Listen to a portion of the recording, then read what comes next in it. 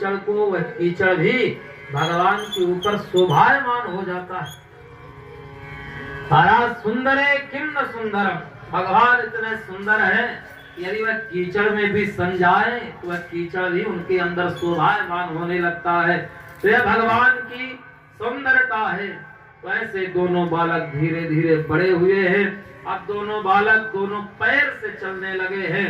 और महाराज अभी तक तो केवल नंद यशोदा को आह्लादित करते थे, अब संपूर्ण ब्रज को आह्लादित कर रहे हैं।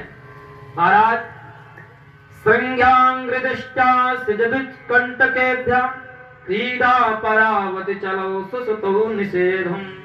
सुखदेव जी कहते हैं भगवान जैसे सामान्य बालक क्रीड़ा करते हैं उसी प्रकार भगवान भी क्रीड़ा कर रहे हैं। संज्ञान दृष्टा सिजल दुजकंटकेभ्यः, भगवान खेलते हुए जाते हैं और गाय के सींग पर मस्तक पर जाकर बैठ जाते हैं। महाराज दोनों पैरों को भगवान गाय के सींग के अंदर से लटका लेते हैं और महाराज सींग पकड़कर भगवान बैठ जाते हैं। वैसे भगवान अनेक प्रकार की लीला कर रहे हैं। महाराज धीरे धीरे भगवान बड़े हुए हैं। अभी तक केवल नंद के आंगन में खेल रहे थे, अब तो सारे ब्रजवासियों को आनंदित कर रहे हैं। ये ब्रजवासी महाराज सोचते थे कि ये जो नंद का लाला है ये बड़ा ही सुंदर है, यदि ऐसा पुत्र हमारे होता तो हम भी इसकी क्रीड़ा को देखकर इससे प्रेम करते। तो सारे ब्रजवासी भगवान के दर्शन के लिए ललायित रहते थे। तो भगवान भी अब उन ब्रजवासियों को आनंदित करने के लिए घर घर क्रीड़ा कर रहे हैं।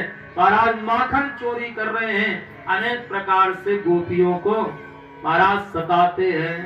सुखदेव जी महाराज कह रहे हैं कि वत्सान मुंचन क्वचित समय क्रोश संजात हासा स्तेयं स्वाद्वाद्यदिपयः कल्पितैस्ते ययोगैः मरकान् भोक्षं विभजति सचेन नास्ति भाण्डं भिनक्ति द्रव्यालाभेश ग्रह कुपितो यात पक्रोशतो काम।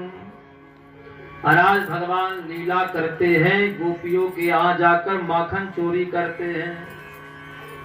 महाराज इस प्रकार भगवान गोपियों को दर्शन दे रहे हैं, परंतु जिस दिन भगवान गोपियों के यहाँ ना जाएं तो गोपियां ही भगवान की शिकायत लेकर मैया यशोदा के पास जाती हैं और बहुत सारी स्त्रियां एकत्रित होकर के मैया यशोदा के पास जाती हैं